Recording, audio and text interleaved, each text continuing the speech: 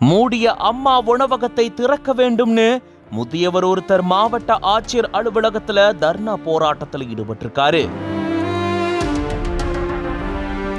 ராமநாதபுரம் மருத்துவக் கல்லூரி மருத்துவமனைக்குள்ள இருந்த அம்மா உணவகம் மூடப்பட்டு 3 மாதங்கள் கழிந்ததா கூறப்படுது. மருத்துவமனைக்கு வரக்கூடிய நோயாளிகள் உணவுக்கு மிகுந்த சிரமப்படுறதால இந்த மாதிரி தர்ணா போராட்டத்தில் இந்த பெரியவர் ஈடுபட்டதா கூறப்படுது. ராமநாதபுரம் அரசு மருத்துவக் கல்லூரி மருத்துவமனை வளாகத்துக்குள்ள அம்மா உணவகம் செயல்பட்டு வந்தது. இந்த உணவகத்துல இங்க வரக்கூடிய நோயாளிகள் மற்றும் நோயாளிகளோட உடன் வரக்கூடிய உறவினர்கள் உணவு அருந்திட்டு வந்திருக்காங்க.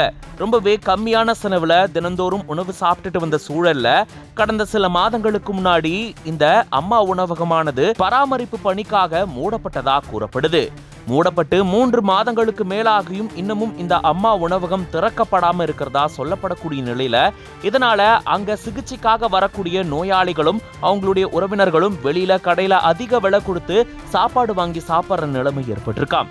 இதனால அங்க வரக்கூடிய நோயாளிகள் கடும் சிரமத்துக்கு உள்ளாகிறாங்க அப்படின்னு சொல்லப்பட்டிருக்கு.